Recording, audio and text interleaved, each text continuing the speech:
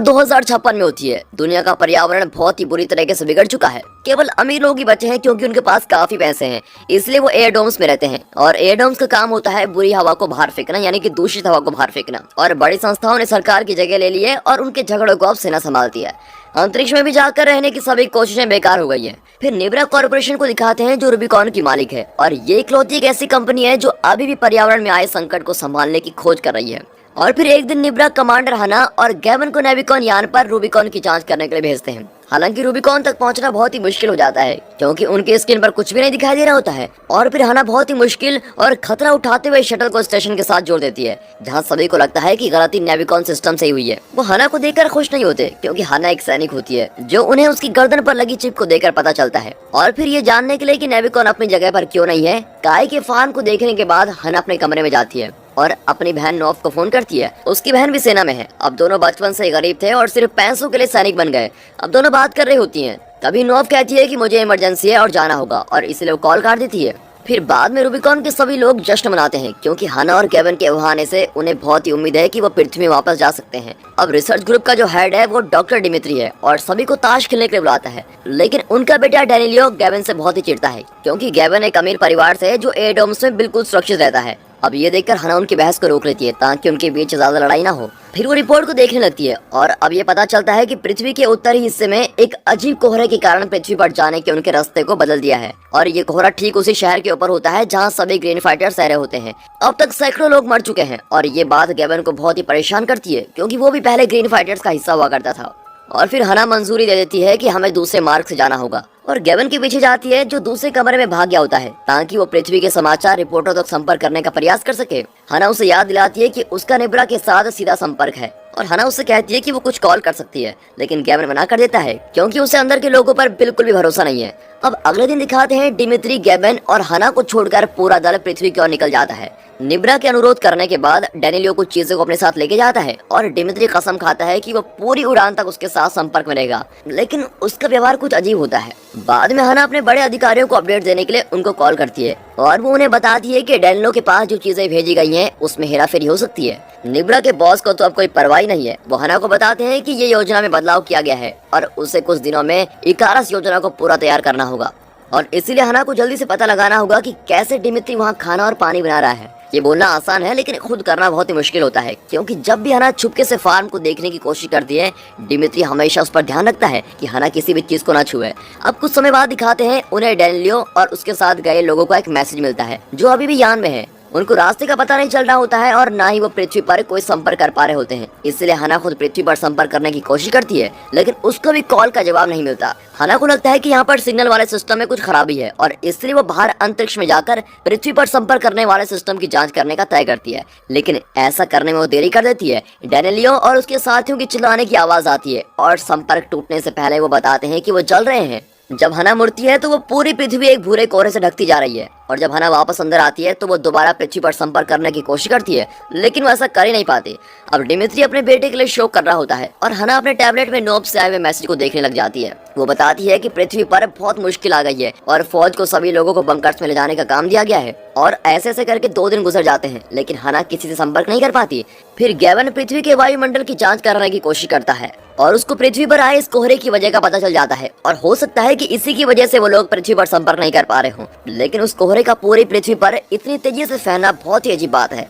अब डिमित्री अपने कमरे से बाहर आ रहा होता है और इसलिए हना उसके लिए खाना लेकर आती है और साथ ही में वो डिमित्री से काई के बारे में पूछती है, लेकिन डिमित्री उसको गुस्सा करके वहाँ से भेज देता है। फिर कुछ देर बाद हना स्टेशन में मिले पुराने हिस्सों का प्रयोग करके एक नए रेडियो बनाने का तय करती है, लेकिन जब वो गैवन का अजीब व्यवहार देखती है तो वो अपने इस काम को रोक देती है और पता लगता है कि कंप्यूटर ने पृथ्वी के वातावरण की जांच खत्म कर दी है और इसके परिणाम देखकर गैवन इतना डर गया है कि वो अपने आप को खत्म करना चाहता है। अब हना जल्दी से उसकी मदद करना चाहती है और डिमित्री भी समय के हालात को देखकर मदद करने आ जाता है। अब दोनों मिलकर गैवन की जान बचा लेते हैं और इसके बाद बेहोश हुए गैवन को वहाँ बने हॉस्पिटल में लेके जाया जाता है ताकि डिमित्री उसका अच्छे से इलाज कर सके। हालांकि डिमित्री को उसके जीने या मरने से वैसे कोई फर्क तो पड़ता नहीं और तभी हना डिमित्री का रवैया देखकर उसको बाहर बुलाती है। वो बताती है कि उसको पता है कि काई से ऑक्सीजन और खाना बनाने वाला सिस्टम कई गुना खतरनाक है। अब ये सब देखकर डिमित्री भी मान लेता है कि वो हना से जानकारी छुपा रहा था क्योंकि वो हना को एक जासूस मानता है। और फिर हना बोलती है कि काय वाला प्लान निब्रा का है, क्योंकि उन्होंने इसको पैसे दिए हैं, इसलिए वो किसी की जासूसी नहीं कर रही है बल्कि अपना काम कर रही है। और डिमित्री गुस्सा हो जाता है और बताता है कि ये प्रोजेक्ट उसका और उसके बेटे डैनियो का है। अब जब गैवन होश में आता है, वो उठते ही कंप्यूटर के पास जाता है और बाकी दोनों को बताता है कि पृथ्वी पर छाया कोहरा जहरीला है, जिसका मतलब है कि पृथ्वी पर सभी लोग मारे जा चुके हैं। और तभी गैवन को घबराहट का दौरा आने लगता है, इसलिए डिमित्री गैवन को बेहोश कर देता है और हना को बताता है कि वो लोग यहाँ स्टेशन में बहुत ही सुरक्षित हैं।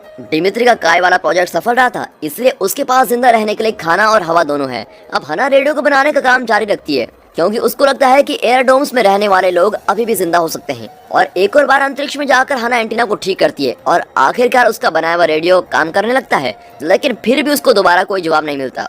और जब गैवन जागता है तो वो समझाता है कि पृथ्वी पर छाया कोहरा ऐसे खतरनाक गैसेस के मिलने से आया है जिसके बारे में वैज्ञानिक लोगों को बहुत सालों से चेतावनी दे रहे थे। पृथ्वी पर कुछ ऐसी जगह हो सकती है जहां अभी भी ऑक्सीजन हो सकता है और लोग जिंदा भी हो सकते हैं, लेकिन ऑक्सीजन के खत्म होने के साथ वो सभी लोग मारे जाएंगे। और गैवन को ये सोचकर बहुत ही नफरत हो रही होती है कि उसको एक धातु के बने डब्बे में सिर्फ 2 लोगों के साथ रहना पड़ रहा है। तभी डिमित्री गैवन को बताता है कि अगर गैवन मर जाएगा तो बाकी दोनों भी मर जाएंगे, क्योंकि वहाँ की प्रणाली 6 लोगों के लिए बनाई गई है और उन लोगों की छोड़ी कार्बन डाइऑक्साइड गैस को सिस्टम ऑक्सीजन में बदल देता है। और अच्छे से ऑक्सीजन को बनाने के लिए कम से कम 3 लोगों को वहाँ रहना बेहद जरूरी है, इसलिए गैवन जिंदा रहने का तय करता है।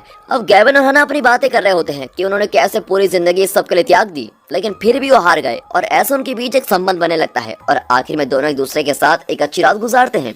फिर कुछ हफ्तों बाद दिखाते हैं तो हना को काय वाली जगह पर एक भूरा रंग दिखाई देता है, जो कि बहुत ही अजीब है। अब डिमित्री बोलता है कि ऐसा होना बहुत ही सामान्य बात है और इसकी कोई चिंता करने की जरूरत भी नहीं है। और जैसे ही हना वहाँ से जाती है तो वो काय को प्रयोग करने के लिए लेता है और प्रयोग के परिणाम से वो काफी परेशान होता है। लेकिन बाकी दोनों को इस समस्या के बारे में बताने की जगह डिमित्री उनको रात में ताश खेलने और शराब पीने के लिए बुलाता है। और गैवन को पता लग जाता है कि हना निब्रा की जासूस है और साथ ही डिमित्री भी बताता है कि उसने डैनियो के हाथ प्रयोग के लिए नकली चीजें भेजी थी, क्योंकि महीनों पहले निब्रा ने उसके बीच हुए समझौते को बदल दिया था। क्योंकि निब्रा ने उसको कहा था कि जो भी ये काय बनाने वाला सिस्टम है, इसको एयरडोम्स में रहने वाले लोगों के लिए यूज करेंगे। डिमित्री को इस बात से कोई दिक्कत तो नहीं थी और वो पैसे लेने को भी मान गया था, लेकिन उसका बेटा डैनियो ये बात सुनकर बहुत ही गुस्सा हो जाता है और उसके प्रस्ताव को मना कर देता है। फिर कुछ समय बाद दिखाते हैं तो हना छुपते हुए एक जगह उल्टी कर रही होती है और तभी उसको पता चलता है कि वो भूरे रंग की अजीब चीज काय से आ रही है और फैल भी रही है। उसी समय कंप्यूटर पर यकीन न करने वाली कुछ चीजें दिखाई देती हैं। आखिरकार निब्रा के बचे हुए लोग उनसे संपर्क कर पा रहे हैं और वहाँ लगभग 300 लोग बचे हुए हैं और जल्द ही उनके एयरडोम्स में ऑक्सीजन भी खत्म होने वाली है और इसीलिए उनको जल्दी से काय से ऑक्सीजन और खाना बनने का तरीका चाहिए। हना हैरान हो जाती है जब वो ये सुनती है कि निब्रा के बचे हुए लोगों को कैसे काय वाले प्रोजेक्ट का पता है और वो समझ जाती है कि बचे हुए लोग कोई और नहीं, बस सभी कंपनीज के सीईओ और उनके परिवार हैं। अब इस सब के दौरान डिमित्री काय से बने खाने को देख रहा होता है और देखता है कि भूरे रंग की दूषित चीज उनके खाने तक पहुंच गई है। तभी वहाँ हना और गैवन पहुंचते हैं और वो डिमित्री को बचे हुए लोगों के बारे में बताने आए हैं और पता लगता है कि पृथ्वी पर छाए कोहरे में कुछ जगह बची हुई है जहां से बचे हुए लोग संपर्क कर पा रहे हैं और वो दोनों कहते हैं कि उनको एक जहाज को नीचे जरूर भेजना चाहिए। अब दोनों मिलकर एयरडोम से फंसे हुए लोगों की जान बचाना चाहते हैं, लेकिन डिमित्री ऐसा करने से मना कर देता है। जैसा कि डैनियो और उसके साथी नेविकॉन को साथ ले गए हैं, तो बिना नेविकॉन के ऐसा कर पाना अपनी मौत को दावत देने वाली बात हो जाएगी। अब गैवन इस बात को समझाने की कोशिश करता है कि उन लोगों की बचाने की जिम्मेदारी उनकी ही है, लेकिन डिमित्री को इस बात से कोई फर्क नहीं पड़ता क्योंकि डैनियो की मौत उन लोगों की वजह से हुई है।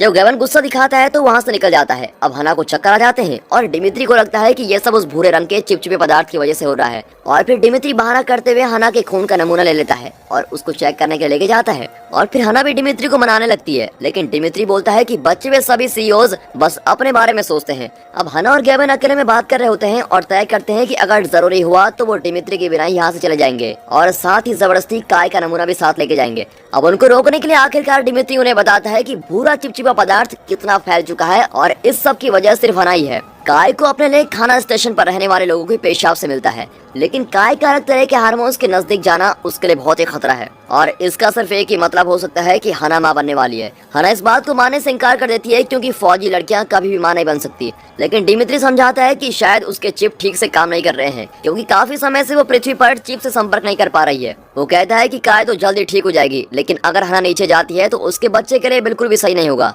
फिर भी हना ये बात नहीं मानती, लेकिन ये बात गैवन के नीचे जाने वाले फैसलों को जरूर बदल देती है और अब वो भी यही स्टेशन पर रहना चाहता है। फिर हना घंटों तक कोहरे में बने छोटे छेद से पृथ्वी पर जहाज को उतारने का प्रयास करती रहती है और गैवन उससे बात करने की कोशिश करता है और हना बोलती है कि बच्चे को पालने के लिए ये स्टेशन कोई सही जगह नहीं है और ये सब बोलकर हना गैवन को पृथ्वी पर अपने साथ ले जाने के लिए मना लेती है। अब डिमित्री अकेला स्टेशन पर जिंदा नहीं रह सकता, इसलिए ना चाहते हुए भी वो दोनों के साथ जाने का तय करता है। अब तीनों जाने के तैयार तो हो जाते हैं, लेकिन उनका जहाज ठीक से काम नहीं कर रहा होता है। जहाज को ठंडा करने वाली मशीन किसी वजह से काम नहीं कर रही होती है और इस वजह से जहाज की गैस वाली टंकियां बहुत ही ज्यादा गर्म हो जाती है। अब वो जहाज किसी भी समय फट सकता है, इसलिए हना उस जहाज को स्टेशन से अलग कर देती है और कुछ दूरी तय करने के बाद वो जहाज फट जाता है और इसका मतलब यह है कि वो हमेशा के लिए स्टेशन पर फंस गए हैं। अब गैवन हना से गुस्सा होता है क्योंकि हना ने बिना कुछ सोचे समझे जहाज को फटने दिया और इसलिए वो पृथ्वी पर सब कुछ मैसेज भेजकर बताने का तय करता है। पृथ्वी पर रह रहे सीईओ गैवन को हना से इकारस प्लान के बारे में पूछने को बोलते हैं। फिर हना अपने मिशन के बारे में बताना शुरू करती है। उसका मिशन तो पूरे काय वाले सिस्टम को नीचे धरती पर ले जाने का था, लेकिन वो स्टेशन यात्रियों के लिए नहीं बना है और न ही उसको चलाया जा सकता है। चाहे ये कितना भी खतरनाक हो, गैवन को अभी भी लगता है कि उन्हें ये करना चाहिए क्योंकि 3 लोगों से ज्यादा 300 लोगों की जान को बचाना बेहद जरूरी है। लेकिन हना अभी भी दुविधा में है। अब बाद में जब गैवन सो जाता है, हना को दीवार पर काय से निशान दिखाई देते हैं जिनको पीछा करती है और एक ठंडा करने के सिस्टम को देखती है जिसको जानबूझकर नुकसान पहुंचाया गया है। अब हना डिमित्री के पास जाती है और डिमित्री मान लेता है कि ठंडा करने की मशीन को उसने नुकसान पहुंचाया है। डिमित्री साथ ही बताता है कि वो जहाज को नष्ट नहीं बल्कि धीमा करना चाहता था।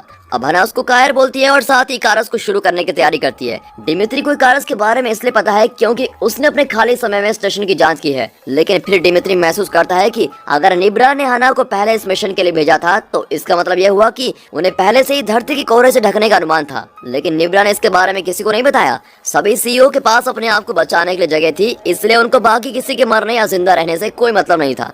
इसलिए डिमित्री को यकीन हो जाता है कि अगर सभी सीईओ को काय से बने ऑक्सीजन और खाना मिल जाए तो वो इसको बिल्कुल भी नहीं बांटने वाले किसी के साथ। और हना के दिमाग में ये सुनकर शक बढ़ जाता है। जब हना पृथ्वी पर लैब के साथ नीचे आने की बात बताने के लिए कॉल करती है तो हना वहाँ पर किसी फौजी से बात करने की मांग करती है और फिर उसके बाद एक फौजी से कराई जाती है और वो बताता है कि बंकर में सीईओ और उसके परिवार के लिए थोड़ी जगह है, इसलिए जब फौजियों का काम खत्म हो जाएगा उन सभी फौजियों को बाहर निकाल दिया जाता है। इसका मतलब है कि उसकी बहन नोव पहले ही मारी गई है और ये बात सुनकर वो काफी दुखी होती है।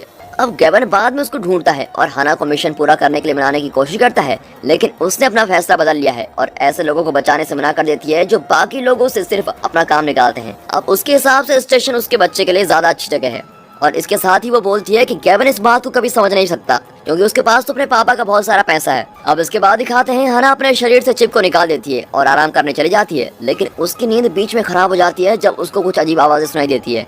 गैवन ने डिमित्री को बंद करके रखा हुआ है। कहता है चाहे हना उसका साथ दे या न दे, वो लैब को नीचे भेजने के लिए प्लान बना रहा है। हना के पास कोई और विकल्प नहीं होता, इसलिए वो उसके साथ जाने का तय करती है, लेकिन आखिरी समय पर ही वो गैवन को दूर करके इकारस को बेकार कर देती है। उसको ये भी पता है कि इकारस को कैसे ठीक किया जाता है, लेकिन वो ऐसा नहीं करती और हना डिमित्री के हाथ खोल देती है। अब कुछ देर बाद हना को कंप्यूटर पर एक मैसेज दिखाई देता है, लेकिन उसको बिना सुने ही वो मैसेज को डिलीट कर देती है और फिर कोई मैसेज न आने के लिए पृथ्वी से संपर्क करने के सिस्टम को बंद कर देती है। फिर वो गैवन को ढूंढने जाती है, लेकिन उनके लिए बहुत ही बुरी खबर इंतजार कर रही है। गैवन ने खुद का बलिदान कर दिया है और हना को सिर्फ उसका शरीर मिलता है। हना और गैवन के आखिरी पल के बाद वो गैवन के शरीर को अंतरिक्ष में छोड़ देते हैं। अब जैसा कि ऑक्सीजन और खाना बनाने के लिए 3 लोगों की जरूरत है, हना जल्दी से इकारस को ठीक करना चाहती है क्योंकि उसको जिंदा रहने के लिए अब पृथ्वी पर ही जाना होगा। अब डिमित्री हैरान है और दुखी है क्योंकि 3 लोगों का स्टेशन में रहने वाली बात उसने झूठ बोली थी ताकि वो गैवन को ऐसा करने से रोक सके। अब सालों गुजर जाते हैं। हना की एक बेटी है जिसका नाम उसने अपनी बहन नॉव के नाम पर रखा हुआ है। एक शाम छोटी नॉव स्टेशन में घूम रही होती है और उसको एक पुराना रेडियो मिलता है जो कि अचानक शुरू हो जाता है और उसमें एक मैसेज आता है जिसमें पृथ्वी के दक्षिण में बचे हुए लोग अब बंकर से बाहर आ चुके हैं और नॉव को उसके पास आने का न्योता दे रहे हैं। और दोस्तों इसी के साथ ये मूवी यहाँ पर खत्म होती है। आई होप आपको मूवी अच्छी लगी होगी एंड फाइनली थैंक